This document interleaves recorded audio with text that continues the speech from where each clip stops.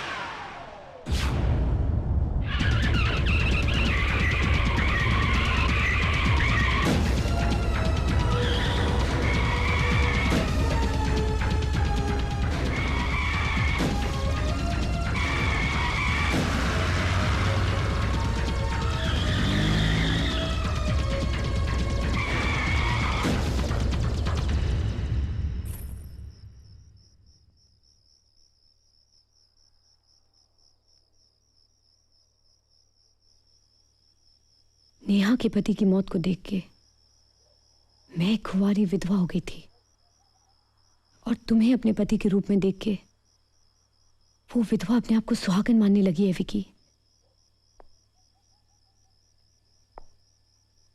मैं वापस जाऊंगा। हाँ साक्षी, वापस जाऊंगा, सिर्फ अपनी जान की कीमत अदा करने, कर्ज चुकाने। I love you, Vicky. I'm so proud of you. I love you forever.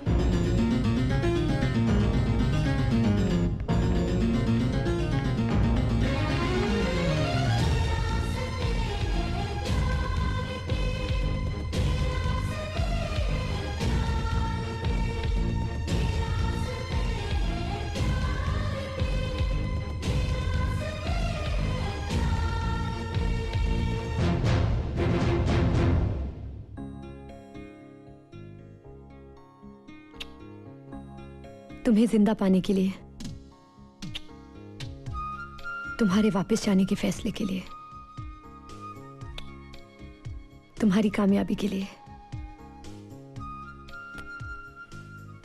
तुम्हारा हमेशा साथ देने के लिए।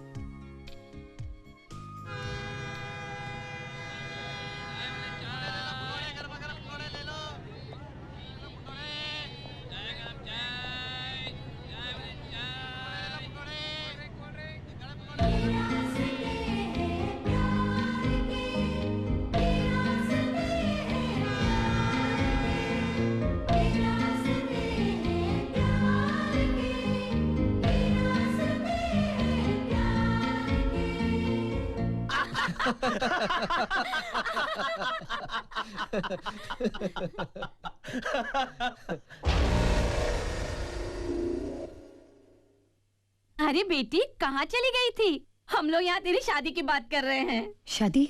हाँ बेटी, विकी तो इस दुनिया से चला गया, लेकिन तू तो जिंदा है, जवान है, तेरे आगे सारी जिंदगी पड़ी है। कब तक बेसहारे बिना मर्द के जिंदगी गुजारेगी तू? मैं तो कहती हूँ जल्दी से तुझे शादी कर लेनी चाहिए। क्यों जी? हाँ? बोल, कल सेहरा बांध के बारात लेके आ जाऊं? रंजीत जी, मेरी बेटी अभी अभी एक बड़े सदमे से गुजरी है। देख लड़की, रंजीते से तेरा ब्याह हो जाए ना तो समझ लेना कि विक्की का 13वां हो गया। जितनी जल्दी तू रंजीते से ब्याह करेगी उतनी जल्दी विक्की की आत्मा को शांति मिलेगी। हफ्ता 10 दिन शोक मना ले, लेकिन उसके बाद राजी हो जा। हम बड़ी इज्जत के साथ बैंड बाजा लेकर तुझे ब्याह ले जाएंगे, लेकिन अगर इसके बाद भी तूने आनाकानी की ना तो हम उठा ले जाएंगे। समझ गई ना मैं क्या कह रहा हूं?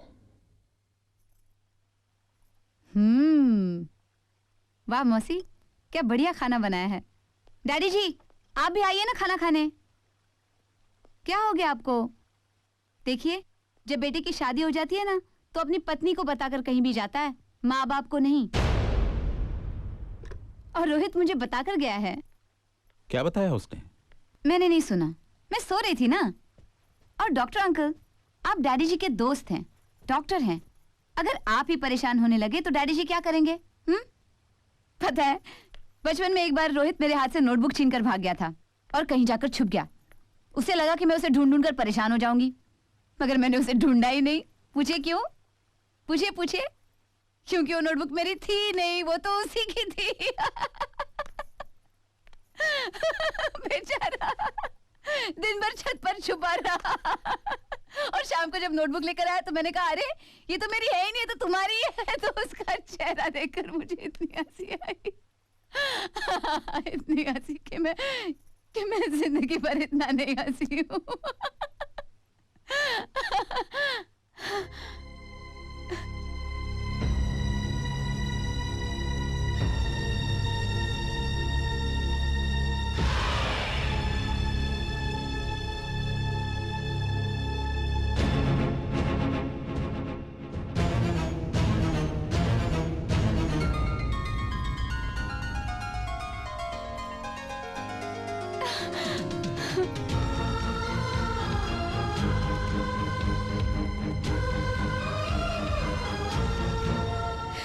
कहाँ चले गए थे हम सबको छोड़कर? पता है डैडी जी को कितनी चिंता हो रही थी। मुझे ना सही, उन्हें तो बताकर जाते कि तुम कहाँ जा रहे हो। तुम नहीं होते हो तो मेरे मन में कैसे कैसे बुरे ख्याल आने लगते हैं। अगर डैडी जी के सामने मैं कमजोर पड़ जाती तो उन पर क्या गुजरती, कभी सोचा है तुमने? मैं बेटी हूं उनकी, उन्हें मेरी परवाह है, मगर तुम्हें तो मेरी जरा भी परवाह नहीं। क्या यही तुम्हारा प्यार है? वादा करो कि तुम आइंदा कभी ऐसा नहीं करोगे, बिना बोले कहीं नहीं जाओगे।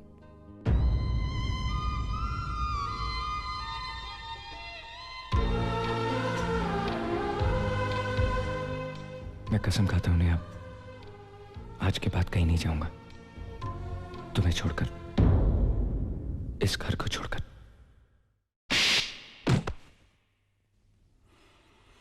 मेरी बेटी के सिर पर हाथ रखकर झूठी कसम खाने की हिम्मत कैसे की तूने?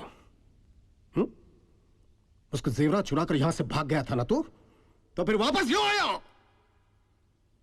और क्या ले जाना चाहता है यहां से? निकल जा यहां से, इससे पहले कि मैं तुझे बद्दुआ दूं। यहां से निकल जा। Just get out. बद्दुआ क्या? आप मेरी जान ले लीजिए, क्योंकि मैं ही आपके बेटे की मौत का जिम्मेदार हूं। आपके बेटे की मौत एक्सीडेंट नहीं थी, उसे मार दिया गया था विकी समझकर।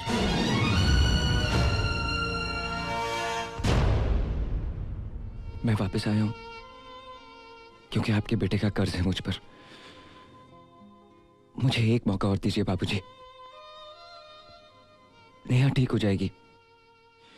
मैं आपके हाथ जोड़ता हूं बाबूजी, आपकी बहू की खातिर, आपके मरे हुए बेटे की खातिर।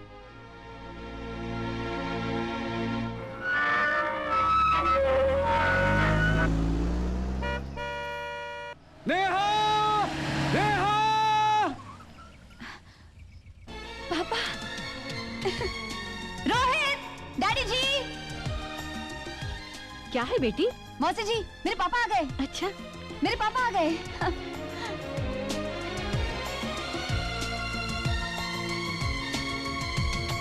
नेहा,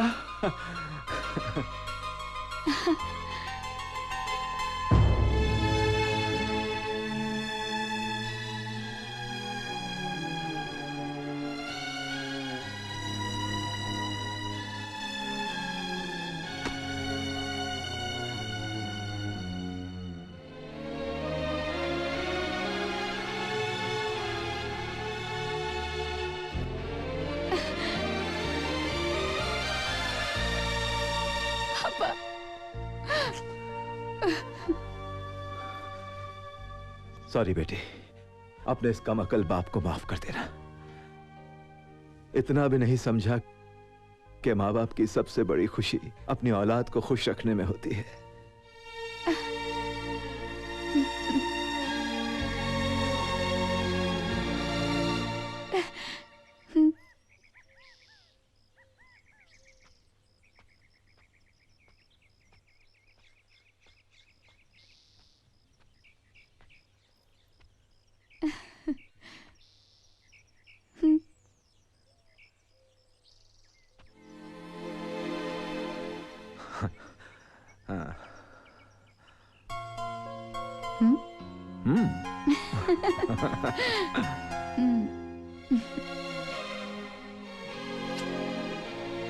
नमस्ते शर्मा साहब।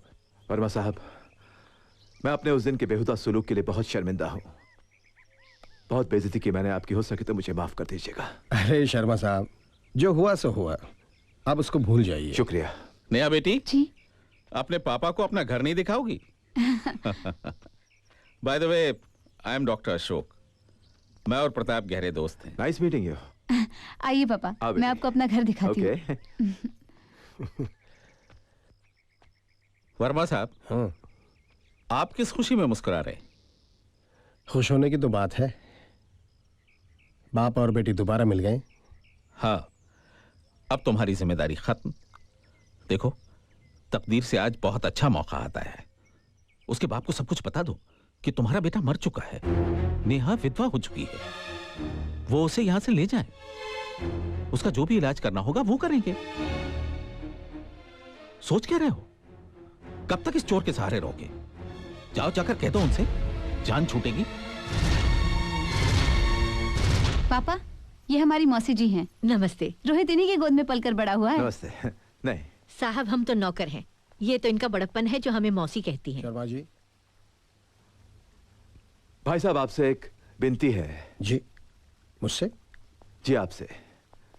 अगर आप आज्ञा दें तो कुछ दिनों के लिए मैं अपनी बेटी को घर ले जाना चाहता हूं। जब से नेहा घर से गई है, इसकी मां की तबीयत कुछ ठीक नहीं रहती।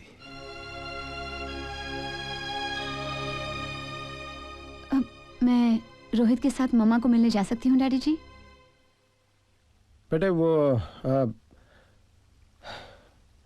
शर्मा जी, मैं आपसे कुछ कहना चाहता हूँ। फरमाइए। जी वो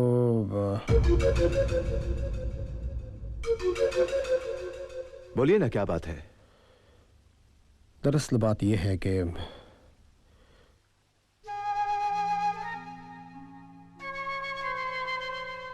शर्मा साहब, नेहा अब वो नहीं रही जो आप समझते हैं। वो अब सिर्फ आपकी ही नहीं बल्कि मेरी भी बेटी बन चुकी है। उसके एक दिन यहां ना रहने से ये सारा घर सुना हो जाएगा। इसलिए जितनी हो सके उतनी जल्दी इसे आप वापस भिजवाइए। ये मेरी आपसे दरख्वास्त है।